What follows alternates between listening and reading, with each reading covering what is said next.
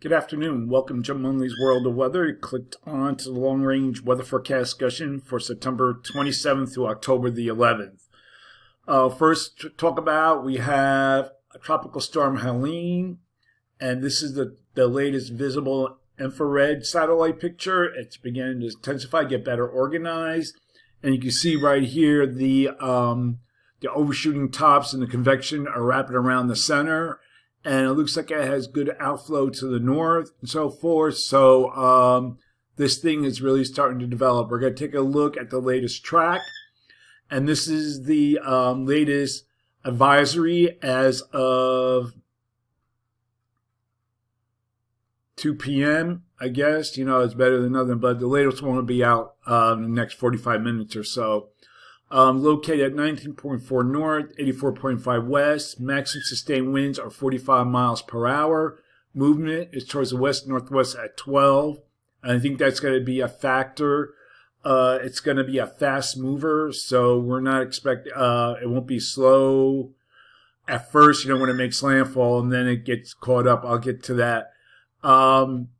This is its position, and we're going to look at the track. The models are coming into better agreement with this. You can see it's close here, but again, don't focus on this line as the official track, as it can go to the right and the left, and then as it gets further to the north, I explain this all the time, uncertainty spreads, which is normal when it gets further away from this point. But and we'll look at the other models here. And these are the models are clustered in together, and they're on good agreement, making landfall somewhere in the northern Florida coast, on the west coast there. A couple of models bring it out here. This is out here back into the ocean. Some of the models bring it here. The extratropical brings it into Mexico. But again, now it has developed. Now we can get a better fix, and that's why models are coming in better agreement with this. Now we can see exactly, get a good idea of what's going to happen. Okay, and we'll take a look at the models with this. We're going to go and look here. All right, we're going to go to tonight at 8 p.m. Here's the center. And then we'll go to 8 a.m. tomorrow morning. We have a low 996. This is the GFS. Then we'll go 8 p.m. on Wednesday. It's a 991 millibar. It's starting to get tightly wound. And then it starts spreading rainfall into northern Florida. This is 8 a.m. on Thursday. It's a 986. And then it goes to 975. It even intensifies right before it moves inland over the warm waters of the Gulf. And it's a 975. And that's when it's forecast to make landfall. And then we go to 8 a.m. in the morning. 978 starts to weaken some. And then it starts slowly weakening. But I'm going to get to that in part of the forecast. Now, that's the GFS. This is the European, 997, 990, 986. I think it's the European has a deeper 985, 982, 976, and then it starts to weaken and brings it in. So models are getting a better agreement with this. Now, the next thing we're going to look at is the rainfall amounts. We'll go to the National Hurricane Site. Okay, and we're going to look at the potential rainfall. And this is where we're expecting rainfall. We have some oranges here, 8 to 12 inches here moving inland, also across this area here and parts of the southern Appalachians. This would be a pretty impactful storm, and we're going to take a look at the flooding potential, flash flooding potential. And as of course, as you expect, where would be, this is where we're expecting the highest threat, at least 70% chance here where the center makes landfall and travels to the north. Next thing we're going to take a look at is the storm surge. All right. Now, we're going to go over this again. We have some reds here along the Florida coast where it's forecast to make landfall. Greater than 9 feet where the red is. And we'll go all the way where the blue is, about a foot above sea level. So this is like where the worst area would be as we get, as the the system makes landfall on the eastern side. It's always the worst part of the storm. So I want to get to this. Okay, I'm looking where to start. We have a split flow, like I said, in the atmosphere across the U.S., and here's our split flow, and we have a trough here. This is the trough that will be caused it to move northward. Now, the upper trough will lift northward through the northeast as a cutoff low drops southeast over the Mississippi Valley, and an upper low is expected to linger over the weekend as an upper ridge moves to the north over southeast Canada. So we have a ridge here. So this is like the low dropping southward. So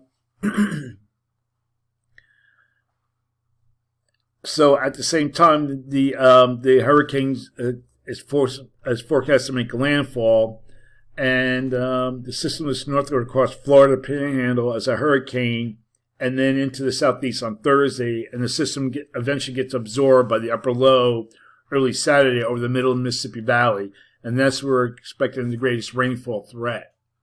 Okay, so that's just to make that clear there, all right? I wonder if there's anything else. Oh, we have to look at the warnings and watches. We have a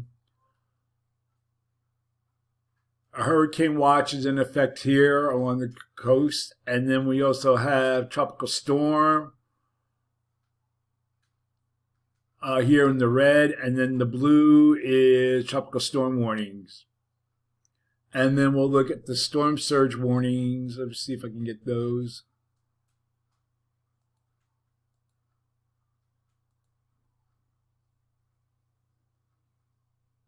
And whoops, zooming in too much.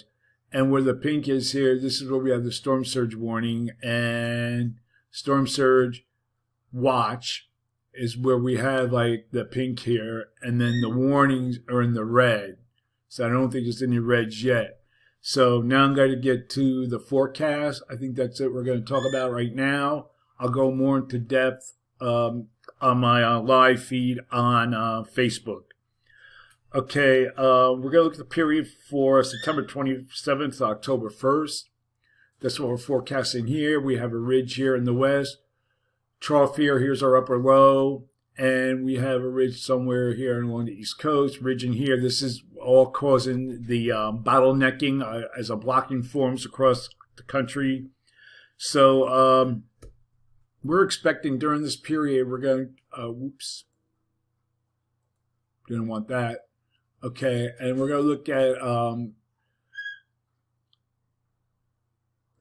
at what's left of Helene as it comes in here. This is the GFS. This is where we're expecting our heavier rain, where the upper low merges, absorbs what's left of Helene.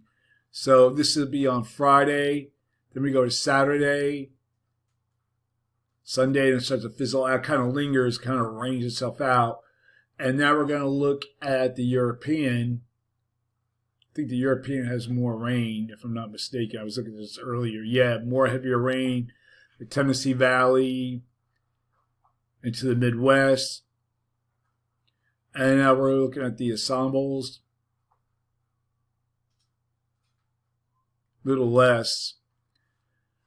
Right, but still a strong low here across the Midwest here. Okay, so now we're going to look at the period for October 2nd to the 6th.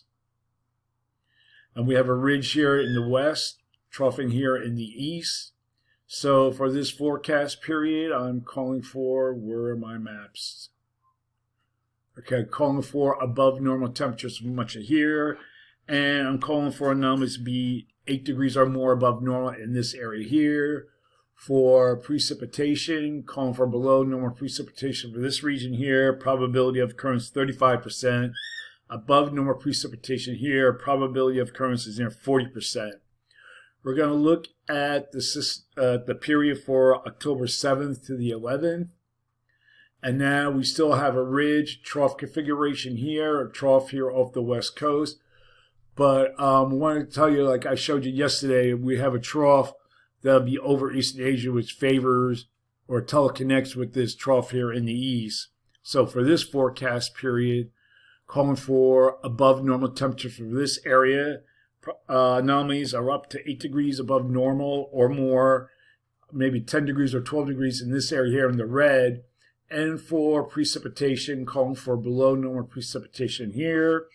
Probability of occurrence near 35%. That's the long range weather forecast discussion for September 27th to October the 11th. Thanks for coming to Jim Munley's World of Weather, and have a good day.